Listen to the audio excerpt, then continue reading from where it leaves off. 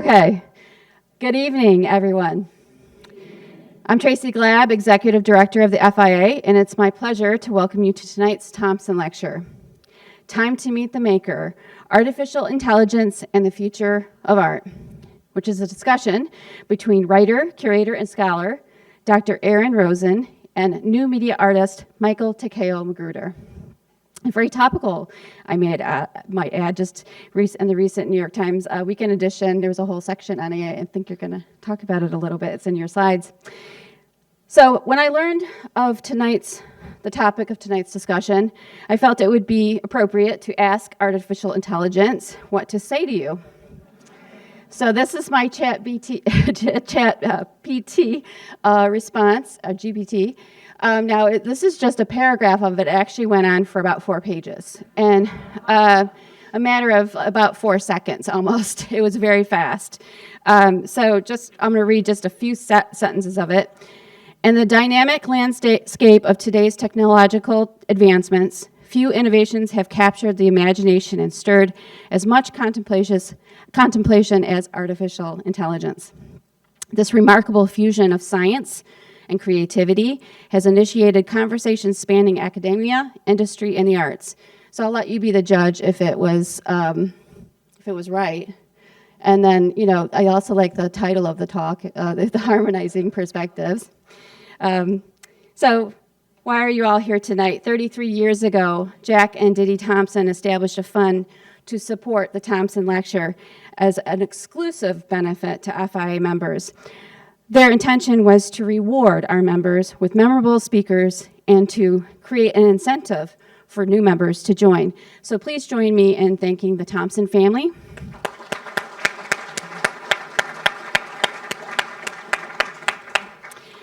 And thank you all for being members, too. Give yourself a hand.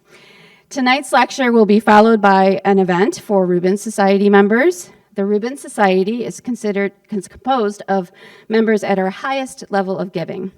Rubens Society events are supported in part by an endowment fund established by Elizabeth Nethercutt at the Community Foundation of Greater Flint. So thank you to...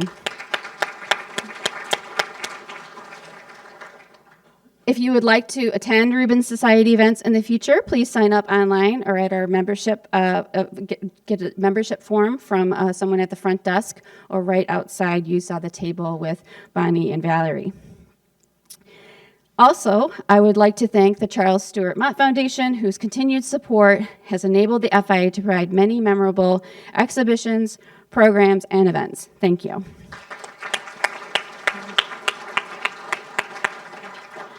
Please take a moment to silence your cell phones, your watches. Thank you.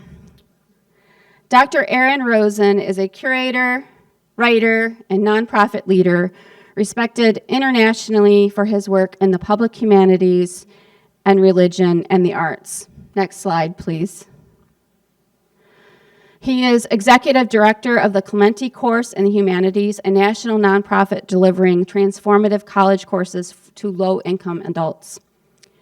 Dr. Rosen is also a visiting professor in sacred traditions and the arts at King's College London, where he taught previously. He served as director of the Henry Luce III Center for the Arts and Religion at Wesley Theological Seminary, and began his career as a fellow at Yale, Oxford, and Columbia universities. He received his PhD from the University of Cambridge. Dr. Rosen has curated dozens of exhibitions around the world and directs the non-for-profit Parsonage Gallery in coastal Maine. He is the author or editor of a dozen books, including What Would Jesus See? Ways of Looking at a Disorienting World, Art and Religion in the 21st Century, and Journey Through Art. And the book that you see on the screen there is on sale in our museum shop, and Dr. Rosen will be available for a book signing immediately following the lecture for a limited number of copies. Michael Takeo Magruder is a visual artist and researcher based in the UK whose work uses information age technologies and systems to examine our networked, media-rich world.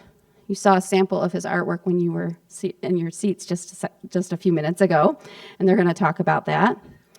His projects have been showcased in over 300 exhibitions in 35 countries, and he has served as artist in residence at major international institutions like the British Library and the National Archives.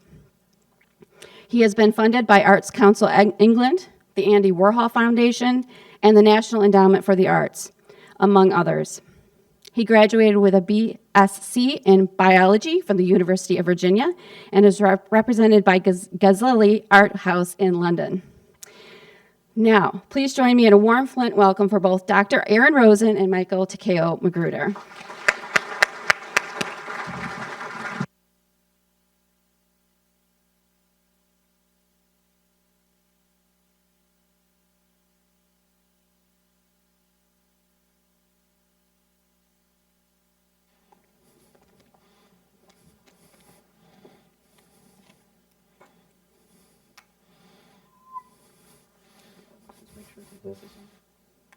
It is.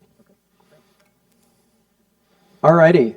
Well, folks, it's just such a pleasure to be here, and I think I was going to be here a couple of years ago until COVID decided to create a national, and worldwide disaster to keep me from joining you.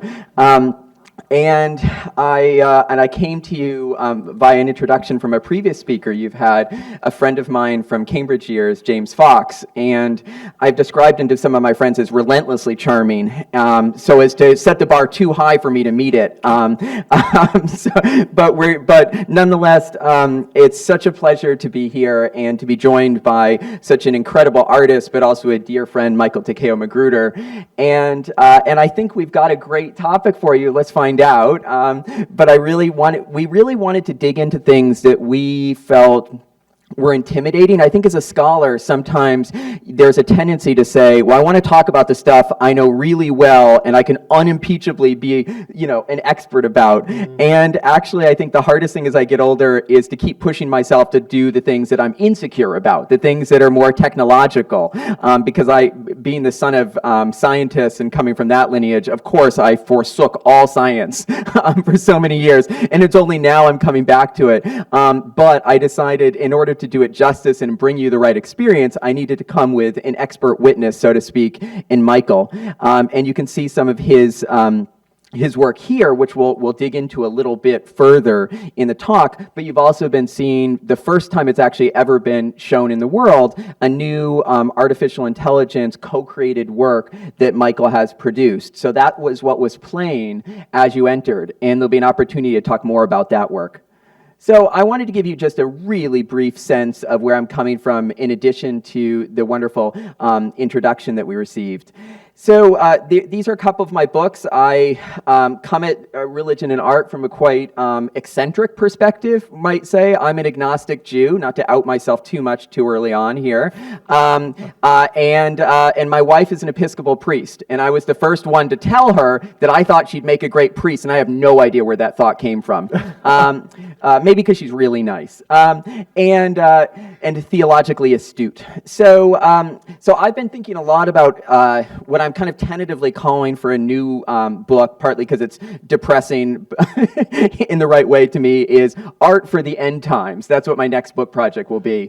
And so I wanted to think, what are the more terrifying things that we're thinking about? How is art going to meet those challenges? And AI is part of that perspective. And so that's how I sort of got onto this topic. But I'm also very interested in doing theology through visual art. We often think of theology as a discipline that's really text-centered. And I, through my career, have wanted to say, actually, some of the best theology and some of the most capacious and generative work is actually produced through images. And I think you guys know that from the amazing collection of works of religious significance at the Flint Institute of Art. I mean, we were just thrilled by the collection. So that could be its own talk. Now, I'm also a curator, and as a side passion project to my work as a professor at King's College London and with Clemente course in the humanities, I'm really interested in testing out ideas. So I really think of my gallery as a laboratory space, and we've shown artists like Michael there, which has been really exciting. You think, in rural Maine, what does it mean screen to show people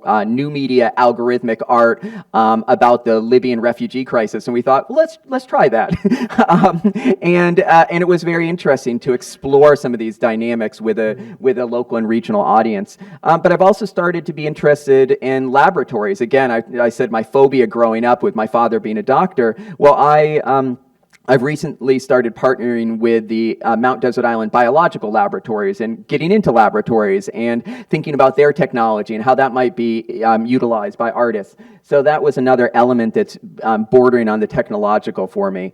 And lastly, my work with Clemente means that I find places like Flint to be so dynamic and important. Watching the school kids come in today and be so thrilled at the collections they were seeing was such a privilege, and it's such a diverse, amazing group. And this institute is doing the kind of things that at a collegiate level, I think we're doing at Clemente, which is providing as much access as possible to people who have not had collegiate opportunities. So that's a little bit about me, and I want to pass it over to Michael, who's going to give you a little bit of an overview of where he's coming as an artist. Oh, I have my Right, I have my mic. Yeah. So we're good.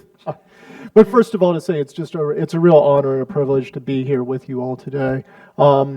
As Aaron said, my work deals with new technologies, and I've actually, through the course of my 25-year career as an artist, really looked at the emerging technologies of my time. I'm sort of a kid, a first generation digital native. My earliest computer game system was like Pong, so I grew up playing Pong, had the first computers, built my first computer back in the 286 days when parts just started to become available on the gray market. And my background is science and technology, but as I was telling some of the people here earlier today, I grew up in Washington, D.C., and like, say, high school, when I would ditch school, I would go to the Smithsonian and go hang out in the Hirshhorn in the National Gallery. So Actually, a lot of reprobates probably did that. yeah, probably did. So it's something that's always been a part of me, and then I was set to kind of go get my PhD at Scripps University out in California and become probably work for Monsanto or something, and decided, no, I'm not going to do that. I'm going to go to the UK and become an artist. And as they say, the rest is history. So in terms of that, that's kind of like the underpinning of my work. It's all about, what can these new technologies and systems add to the, in dialogue with art history, in traditional modes of production. So many artists that work digitally, they always leave their stuff on the screen. For me, it's been this sort of 25-year journey of getting things off into the screen, into a physical space, and dialoguing with sort of materials and production modes and discourses of the past. So something like this here, this was part of my, it was called The Horse and Technology. It was part of a large exhibition that I did looking at the book of Revelation and the horsemen of the apocalypse. And what you see here, this is 2014, but it was a 3D printing of a horse skull. So I took an actual physical horse skull. I used the highest in engineering collaborations with people working in Formula One, actually, to do a structure-like scan of the horse skull, and then take that into the digital space, and then work it from the zeros and ones all the way to the mesh wire frames to then actually creating objects like this. So this idea of replication, amplification, but then the end result is something that is physical, it's tangible, it's beautiful. These are the kind of things that I'm interested in. And again, if you think about sculpture, this is not the kind of thing you could have ever produced before without the technology. Or other areas like virtual reality. I've worked with VR for almost 20 years now. So back when the headsets were like things in labs, and they were the really big things that were sort of like this big, and even the early ones, it was not even LCD panels, but it was actually, tubes, small CRTs that are there. So really low res, really sort of, not very user friendly. And then of course, sort of working with that kind of stuff for many years, and then all of a sudden, Oculus Rift comes along. And it was still like a difficult technology to work with, but it actually reached this point that I said, hey, I can bring this into a public exhibition, fine art context. So again, 2017, 2018, that's what I started to do. And again, working in virtual reality, so this idea of sculptural space, generated space, these kinds of things, the idea of simultaneous perspectives of a singular particular thing, I can do through virtual reality. And just one little comment on that previous slide there, that is thematically New Jerusalem. So this is really about bringing to life imagery from the book of Revelation. And so what Michael did here was a really cool concept. This is how we got to know each other, and I decided we should be friends, which is that that this is, because I'm used to looking at scriptural text as a scholar, but what he's done here is he's taken actual measurements in the Bible, in the book of Revelation, that says, the New Jerusalem will be such and such feet tall, the buildings will go this direction, and he takes all of those and turns those into mathematical measurements that he then inputs, so you're then exploring through VR what a New Jerusalem as envisioned by the biblical text would be. So it's a really visionary work in a lot of senses. Well, yes. And another thing to say is that the structure itself was actually made from, I took the text in the King James Version of the Bible that was talking about the New Jerusalem, and then translated that to data code, and then from that data code extracted it into 3D, so you are literally looking at a city that's made of the Word of God. So it's things like that. So again, things that are only possible through the emerging technologies. And then also, if I'm working in, say, something like that, which is a single-person environment, I'm sure you all have heard things like the metaverse. The metaverse gets thrown around. Well, this is actually my work in the metaverse from over a decade ago. So again, working in these game environments, these shared virtual environments, again, where we can. So if we think about like public art and the traditions of public art, land art, things like that. Well, what is that? What are the possibilities if we do that in the shared virtual space? That so many people, the new generations now, these are the spaces that they coexist in, And again, it's these new emerging terrains and the things that we can do. And then lastly, and this is something that I wanted to end on, even though it's quite an early work, this is going back well past a decade, but this idea of live data and big data and real-time data. So, we live in a society for the last 20 years which is increasingly being datafied. That is, things being stored as computer machine data, things that stream over networks, and that as an artist, I'm really interested in taking the beauty of the algorithm, the computer system, but then finding ways that links to real life. So this was a particular piece that was commissioned during the financial crisis that created, from the Dow Jones Industrial Index in real time, a cityscape that actually evolved as the Dow evolved. So again, these kinds of things that only become possible through the technology. Right. So as stocks went up, buildings went up in his image, and as they went down, they plummeted. Yeah, it's fascinating. Yeah. So that's a little bit about where we're coming from and where our interests are converging. And then what we wanted to dig into a little bit was to kind of try to put us all on the same footing a bit. Now, some of you may well be computer science experts, in which case, please do not ask a question at the end. But for those of you who are not, like me, I thought I'd play the role of interlocutor here, is that I thought it'd be useful to kind of figure out a lot of the language that we hear being bandied around about when we talk about AI. And a lot of that is really imprecise in the media culture right now, and so it's a chance to kind of set the record straight a little bit, but it's also will give us the tools to unpack some of these questions about AI together, both in this lecture and Q&A here, and perhaps over drinks and dinner to follow. We've been talking about your work for so long, and I've known you now for a decade or so, and so some of these are things I'm used to and thinking about in relationship to your work. But the one thing is, ever since we've known each other, I found myself calling things algorithmic a lot more often. And so tell us whether I'm doing that correctly. What is an algorithm? Well, it is, on the most basic level, it's just a set of instructions. And it's a set of instructions that we think of in the digital computer space, you know.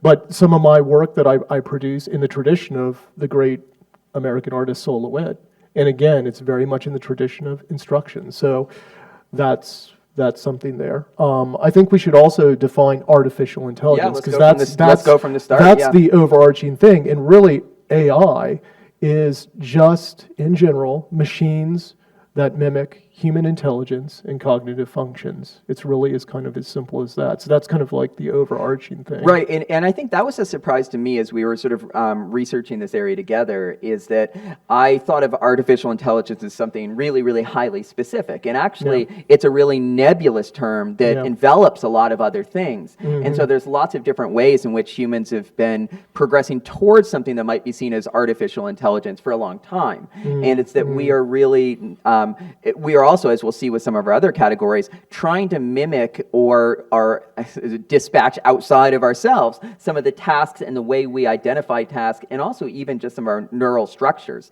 So let's go on to what a data set is. Yeah, so a data set, because again, I thought when we were having the conversation, we needed to kind of bring it back to what comes before AI. We don't just get to AI. Right. So this idea of data, so a data set is really just a collection of records, whatever that happens to be. But the important thing is that it is computer readable, and it's stored on a computer readable medium. So that's actually the basis for everything. And then once we have that, we go to the next thing, which is mining. So if we have the data sets, then of course we need to mine it. And a process of mining is basically the term for extracting information. So we're going to extract some kind of information from that mining process. And then the next thing, which again, a common term that gets bandied around, metadata. Well, we extract information, which is often data that is data in its own right, but it is data about something else. Okay? Yeah, and I think this is, and these are terms, we can talk about a little more, and we'll reference these in the talk. But I think, in some cases, this might summon questions for you that are related specifically to AI, but it might also summon questions that are relevant towards the use of technology more generally, especially things in the visual sphere. I mean, one of the things that we're very concerned about as a society, actually some people are not concerned about this at all, so some people are interested in how is it that the troves of data that we're constantly producing, every time we go, on Amazon, we're looking for a product, anytime we're doing any activity online, or we're using our phone in any sundry number of ways, then we're presenting data that can be mined. The data can be sold, all sorts of different things. I mean, I didn't know that my phone was tracking me for the last 4 years of my steps. I never had a Fitbit, but apparently my phone has been worried about my fitness since 2016, actually. So I mean, there's a ton of data out there, and we were talking just today about how it is that my phone does or doesn't recognize an image of my son from 6 months old compared to 5 years. What is it that they see in common, right? So I think that one of the things that we'll be interested in this talk is to explore the use and manipulation of data, but AI allows for, and specifically machine learning, our next category, allows us to access data and utilize it in really specific, complex ways. So let's talk about machine learning. Yeah. Okay, so machine learning is a subset of AI, and that's really what it is. It's using the data sets and the algorithms to imitate the way that that humans learn and do things. So it's if AI is kind of the umbrella thing, then the machine learning is where we start to get into that. And then, of course, people use the term deep learning. And it's actually, that's the next layer down, but we really actually need, I'll come back to deep learning. Let's look at neural networks, because neural networks actually provide the base of everything. So the neural networks, when we hear about, what is AI based on, and it's all about neural networks. Well, these are basically programs, and it's programs for data processing that are designed as layers of nodes, where you have an input, you're going to, of course, get an output, and then you have a hidden layer or multiple hidden layers of these nodes, and the whole system is made in a way that mimics basically how neurons in a brain work. So that's kind of a simplistic kind of overview of that. And that deep learning is something that uses multiple nodes. of the neural networks. So multiple neural networks. Actually, I think the computer science, I want to say it's like three, at least three. So it's sort of, these are things that all kind of stem down from AI, and it's that kind of flow. And it's, I think it's so fascinating, partly because, looking at this from a scholar of culture, is that we have created in machine learning in these neural networks things that are anthropomorphic, right? It's even our conception of technology at this highly sort of esoteric and detailed sphere is still imprinted with what we seem to know about ourselves biologically. But then what gets really fascinating to me is that there's ways in which the functioning of neural networks and the functioning of machine learning can get to a point where even scholars of artificial intelligence do not know precisely how it is working, right? So there's they absolutely do not know. Right. Yeah. Which is both extremely exciting and terrifying that you can create things. I mean, it really comes to so many religious parables and stories. Really, this is whether it's the Tower of Babel, right? I mean, at least we knew what the Tower of Babel was. You just build a lot of things, right? If the Tower of Babel's neural networks, it starts to get a little more exciting. So let's move into generative AI, because what we really are talking about is a specific type of artificial intelligence in today. Yeah, absolutely. Because, things like Google search is an AI, a chess program, or Go, the Asian game Go. Those are AI systems as well. But, a lot of what is on the public's mind right now, and the real kind of big transformative thing on society, is about generative AI. And simply put, generative AI is just a system which is capable of producing text, image, or some other medium. So these are the kind of things that are going on. And then, how that is accomplished in little points. So we have down, actually, we forgot something. So I added, this is not there, but when because I've referenced this several times already, the AI model. So what is a model? So that is basically a program that is trained on a set of data, and it's to recognize certain patterns or make sort of certain decisions. But here's the key: it's without human intervention. So we have these AI models. So it's like the models, again, back to further up, are trained on the data sets, and then they're allowed, that's the basis of automation. And that's where you see the illustration here of LLM, these large language models. So when you look at ChatGPT or GPT-4, these things, that this is coming out of a particular set that it's navigating. Yeah. And then if we talk about training data, it is basically kind of what it says it is. It is the initial data set that is used to create the models. And then two other things that we thought were important, because we will talk about them later, but this notion of guardrails. So again, if the AI has the potential to do all these good things, well, it also has the same potential to do quite negative and problematic things. So the notion of having a guardrail is something built into the system so it actually limits what it can do, what the system can do, okay?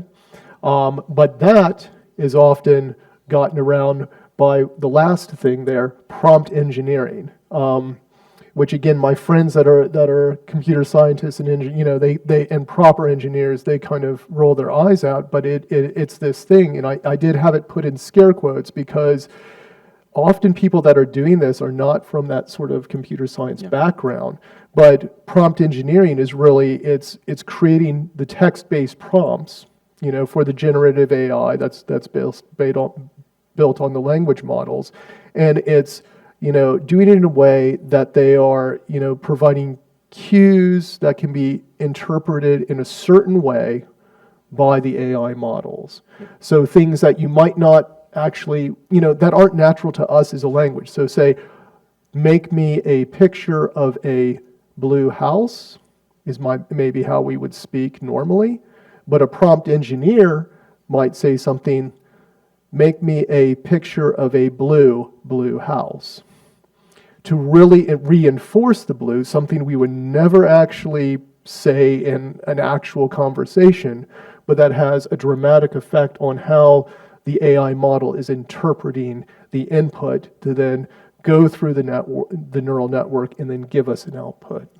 And I think one of the things, again, from a philosophical perspective, that's really interesting here is that we think, in some ways, we're training AI, right? Of course, we put here training data, and we're looking at the proprietary data that a certain company might have, and all the things that it's using to train its AI. And there might be a human input of, look for this, don't look for this, et cetera. It might how to utilize metadata, for instance. But what Michael's talking about there with prompt engineering gets really fascinating, because in a sense, in saying make me a blue house, is that AI is in effect changing how we talk to it. So AI then is training us to listen to it, right?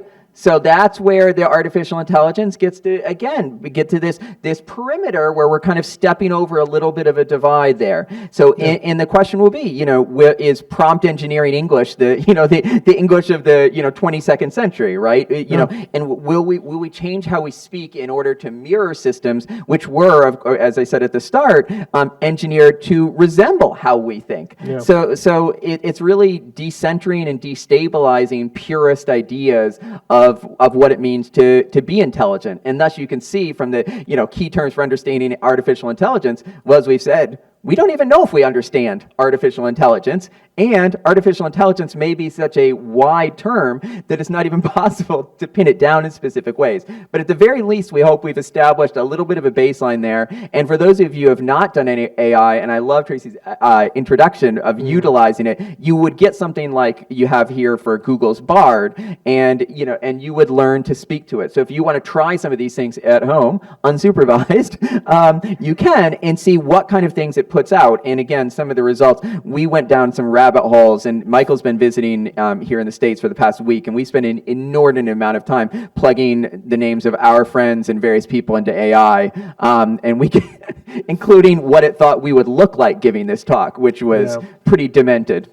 So we'll share that if we become really good friends. So misconceptions about AI. So, I gave Michael the hard stuff, and what I wanted to take you through a little bit is since I'm a scholar of religion and visual culture, one of the things that has fascinated me about artificial intelligence is to see how our ideas of AI have already been shaped so much by writers. Think of the great Isaac Asimov, or by filmmakers, James Cameron, of course. I put up the Terminator, Skynet, right?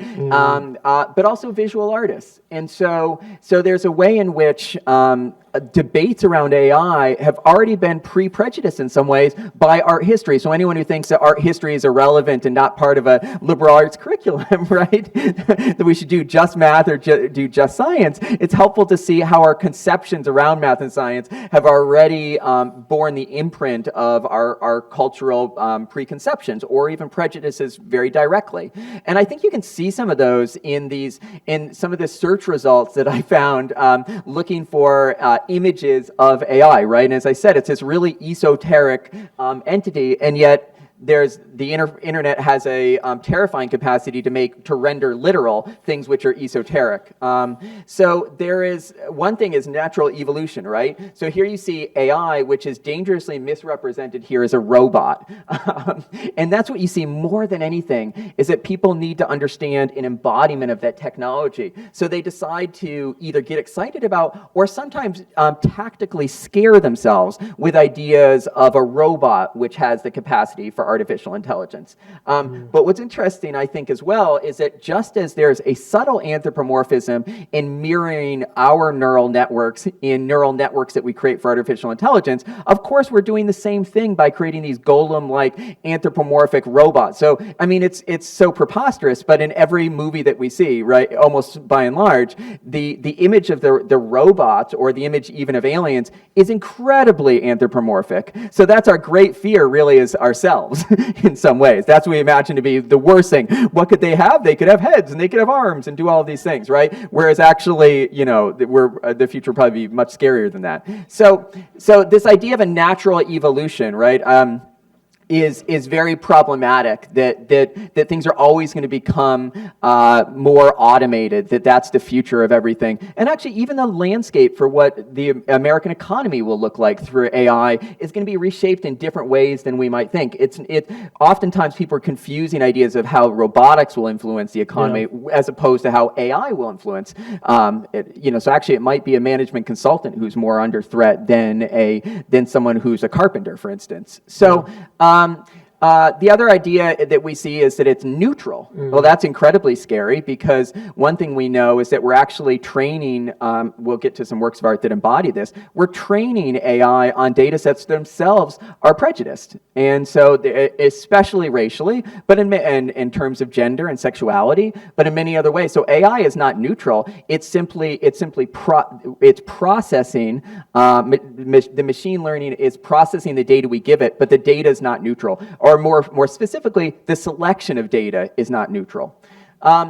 We also see this idea that it's conscious, but we are still debating in philosophy and theology the very nature of human thought, free will, all of these questions. These remain just as unsettled as they were for Plato and Aristotle. So the idea that AI is somehow conscious and that we can label that in a way that really means anything is quite problematic. Some other things that we notice here, I've covered robotic. The idea that it's generative is maybe a bit different than it's creative. And that's something I want us to think a little bit more about this evening, including through dinner and drinks, is to think, what is it that, how do we really define the essence of creativity? And are we thinking of things that are direct logical ramifications? Or are we thinking of more associative ways in which we generate poetry, for instance? And a lot of the artists that I know who are painters, arguably Michael paints with data, but that painters are stirred by the way they stir the paint. They create they push things around until it begins to resemble something, and then they push it in another way. It begins to change how it suggests meaning to them. And to try to label that in a way that makes sense transferred to AI is problematic. And again, so it's largely incomprehensible. A few other prejudices to point out here. One, the idea that a robot would have a screen that is reading is just idiotic, of course. That's the most efficient thing a robot could do is like, well, time to get to my desktop computer. But think about how it's like the really naive sense of like, don't worry about the future of technology. See, it's extending its hand to us in friendship. So that kind of thing is really diabolically stupid, actually. And now, but look at the idea that you have here, where you have a figure who has its hand. He, of course, and there's also lots of things that who it is that uses technology. Look at the color, the physiognomy of the hands. That will give you an idea of who is being perceived as the ultimate user or director of knowledge here.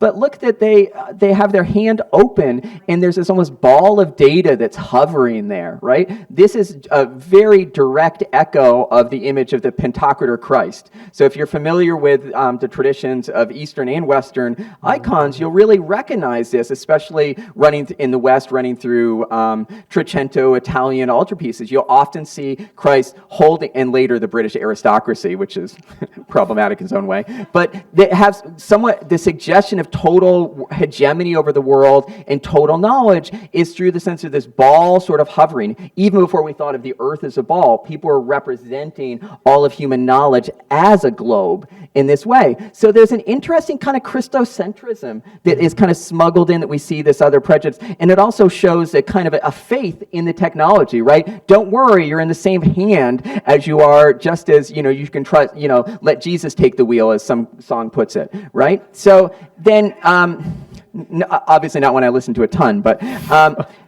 and then look at the finger that's pointing romantically towards this, the robot fingertip. So it's ET, of course. So it's a mishmash of different things, and it's also, of course, a Sistine Chapel. So that's our ideas of creation, and what it means to be creative is fundamentally shaped by the history of art, and the history of art is fundamentally shaped by the history of religion. Right? So even when we think we're getting far out from the sphere of religion and philosophy, we're right back in it. Okay. Do you want to take us through a little bit of this one, Michael? This is just how a prompt works. Okay. So this is now you did this one. This is instability. Yeah, this is AI? instability, Yes. yeah. So which is not one of the ones that I normally have played with. Well, it's very user friendly, as you can see, but it produces maybe less accurate results than some of the other ones like Dolly and Midjourney. Anyway, this is the prompt: an accurate landscape photograph of Flint, Michigan in the year 3000. And then, of course, we see over there that Aaron has not only provided the text prompt, that is Aaron's Yep. text, his prompt engineering, but he's also, as you can see up there in the right-hand corner, he's provided an image to also use as a prompt. So that is our inputs, and then it goes through the neural networks, and then this is the output. So this is, I mean, I don't think anyone could argue that this is exactly how Flint, Michigan will look in the year 3000. Yeah. So one of the things that we noticed is, first of all, I gave it a copyrighted image. No problem. It was Yep. not fussed about that. Yes. Thank you very much. I'll gobble up that data. Don't worry about it. Thank you. It also, you can pick different styles. So if you wanted it to be cubist, you could do that. It's funny that cubism is having another sort of like fourth life. That's one of the selections you can have. Impressionist and cubist. Well, it's what people know, and Right. it's also easy to replicate. Yeah. So that's why. And yeah, Picasso would disagree. But and what's interesting here is that its ideas of future are really just like make things a little shinier, a little taller. A sunset. One of the things that's so interesting about when you ask a lot of AI models to generate things about the future, it always imagines it's sunset. And I don't know whether it's a romanticism or whether it's this idea of like the setting sun, like the dystopian future in some ways. But it's also note that it's snowy, so that's good. Apparently in climate change 3,000 years ago, 1,000 years from now, you're still going to be getting good snow here in Flint. But look that it right.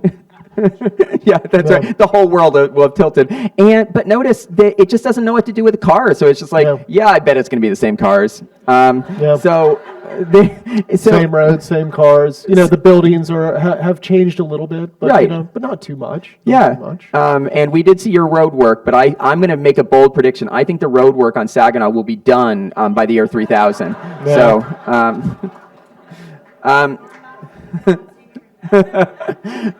So here's what we started to do when we asked it to start transgressing some boundaries here. So why don't you? Okay. So this is for anyone that does want to experiment with these things. Bing, which is the Microsoft search engine, Microsoft, because it has bought a share in OpenAI, it has access to things like through Bing Chat now. Not only the Bing search, which is of course AI enhanced in its own right and does sort of your traditional kind of data collection from the web, but it also has ChatGPT now integrated in DALL-E. So you have a text generator and you have an image generator right there in a single user interface. So seeing as this was something that was this convergent platform that's readily accessible, I said, okay, well, why don't we use this as the basis for some of our examples? And let's start off by just saying, create something in the style of Michael Takeo Magruder. Now, of course, when you enter this in, the first thing it does, and it also, like I asked it to tell me about myself, it will go and it finds data either, I think for the data for about myself, it actually went to Wikipedia, it scraped Wikipedia in real time and returned basically a remixed version of stuff that was written about me on Wikipedia. So that came back pretty accurate because it had a good trusted source. Then you can see here their images, the small thumbnails are images again from mine, on the web, that it's all copyrighted material. I'm very careful with this because I've been in that digital space all my life, so I know about this. So everything is always published with copyright intact, and so it gives those sort of normal search results. That's fine. But then you see at the bottom it says, it's going to start generating, and here's what it generated. So, which is quite interesting. Now, the first thing that these image generators, they often generate in blocks. In this case, on Bing through DALL-E, it generates blocks of 4. Now, and you can see the 2 pairs of 4, but guess what the difference between this thing in the style of myself versus the other set? The only difference was an hour of time resolution. So I just thought to myself, I was like, oh, this will be interesting, because I kind of knew what was going to happen, because I understand sort of how these things operate in general. So I said, okay, let's actually do exactly the same, clear the browser restart the chat, start from the beginning, redo it, and see what we come up with.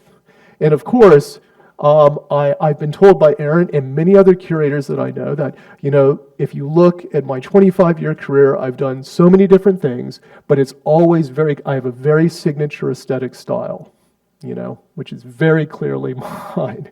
And these are not it. Very interesting. But then maybe, Aaron, you could talk about, because especially the block of 4 on the left, you immediately started sort of dissecting where some of these things, where they were coming from. Well, I also take some amount of guilt, because we've collaborated, and since we've been working together on exhibitions and things in the last 10 years or so, I've always have encouraged you, why don't you play with this religious idea and things, and you've gone deeper into some things like the Book of Revelation and things, and so clearly then also some of the projects that we worked on ended up being reproduced in some of my books, or there's different ways in which some of Michael's work has shown up in discursive essays, all sorts of things. And so clearly to me, one of the things that happened here is it just figured, boy, this Michael Takeo Magruder is super interested in religious iconography. Yep. And so it thinks that the number one thing it wants to show you is an image of Christ here, with a weird combination of, I would say, I don't know if I would say analyze it as an art historian.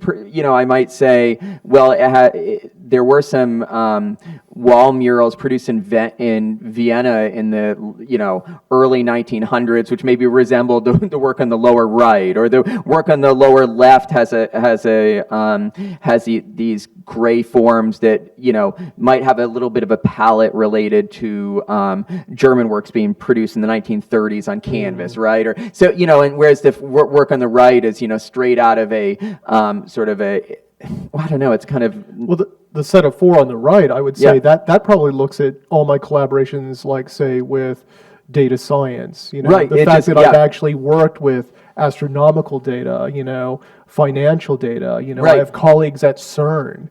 Right, especially your work at the thing about, I would say some of the work that you've done in London, particularly looking at visualization of data. Yeah. And what's weird is that we have here an echo of visualization of data, but we don't know what the data it thinks it's visualizing is. So I mean, it's real. So it's this kind of meta reflection of your work that's happening. And then on the work on the far left in that corner, I mean, this is I looked at it immediately, said, well, obviously it's one of the most ugly works I've ever seen. But it, although there's a slight sort of, it's like if Thomas Hart Benton, had a bad night and drank too much and created this or something. But there's a kind of weird social realism in it. But the themes here is not seeming to replicate anything of Michael's themes. It's of his imagery. It's representing the themes of refugee experience, journey, exile, and so it probably scraped those kind of words from the description of Michael's work. And so I think that especially your lamentation for the Forsaken about the Syrian refugee crisis, I think that's latent behind it. But again, we're only guessing, and this will take us to our next slide, because we don't know how it got that information to produce that work. Yeah. So how did it end up with this, do you think? Well, so there is basically a nonprofit organization that set up a website for creatives like myself, and it's called Have I Been Trained?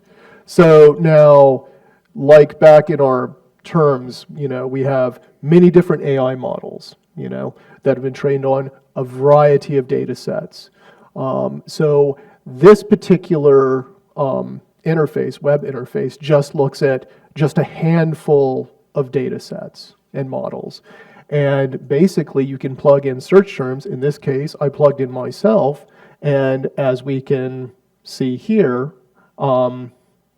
do we have no, don't have a laser pointer, but all those top images across there, you might recognize some things from my first slide, which is why I actually put those. Again, all things completely copyrighted. I am very careful. Nothing of mine goes out without the copyright. And yet, here it is. These are things tagged with my name, absolutely my works, my images that are there in the data set. Now, I also did an interesting thing that we don't have a slide of, but I then used certain of those so that you could then do a search not just by a word or a name, but you could do it by a search from an image. So if I search different ones of those images, again, it would recognize similar images, and lo and behold, there are even other things that aren't even credited to my name, but they are absolutely my works. And then the slide on the right-hand side, so what I did is I took from the slide before one of those religious looking works, and I said, okay, yeah, I know how this is going to go. Let's actually do a reverse image search through just this sort of these data sets and see where is this stuff coming from.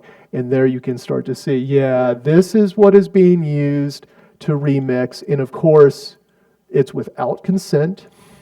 It's absolutely breaking copyright laws, and just the ethical nature of it, where you're going to take something and rip it off from a creative, and then put it back out. It's, just highly, highly problematic. And how it is that it thought that these were the images that it should use to generate things from you. So it's using a small sample here. And again, this is just sort of indicative. We don't know necessarily if, what other images of Michael's would have been used by the AI platform. And but we do know that his work is in training sets. But it also could be that the work is being utilized to train it to produce work in the style of another artist, right? So it could be that there's a subtle evocation of Michael Takeo Magruder in someone else's work who's being simulated in this way. So all of it is being sort of infinitely digested in these ways. But unlike when I've had some bad plagiarists as students, unlike when I can see that they've cut and pasted 4 different sources, usually they're very uncreative in my experience. Plagiarists, that in this case there's no way to chase down that chain of attribution, and it almost begins to look like a design feature that there's not there's no way to get to this, because it's not to say that the way AI manifests now is the only way this could have manifested, right? We could have had and so it comes into questions that also become political and governmental in nature. What kind of regulation do we want? And you can begin to see here why the Writers Guild of America was particularly concerned that AI might be used to replace them, because you have someone who writes a hit comedy or hit sitcom, and then you say, just write me another one with these very easy to pay actors, by the way, and then make it about this thing and this thing. It's to air on this time in the style of this person, right? And so their work could be copied in multiple ways, but it could also simply be that it's being ingested to feed new creative work.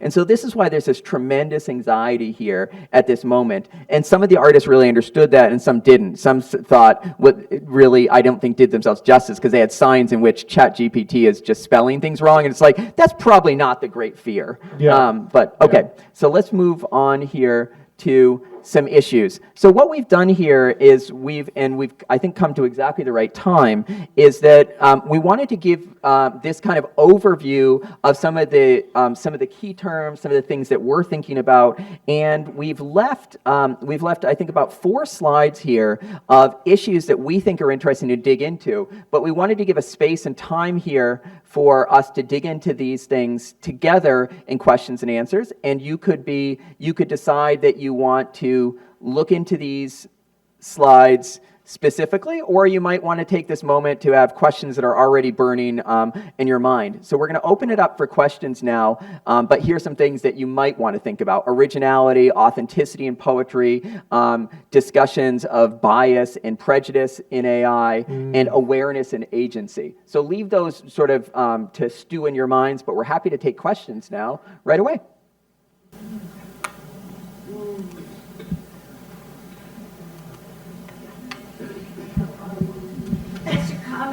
Yeah, Make my brain hurt.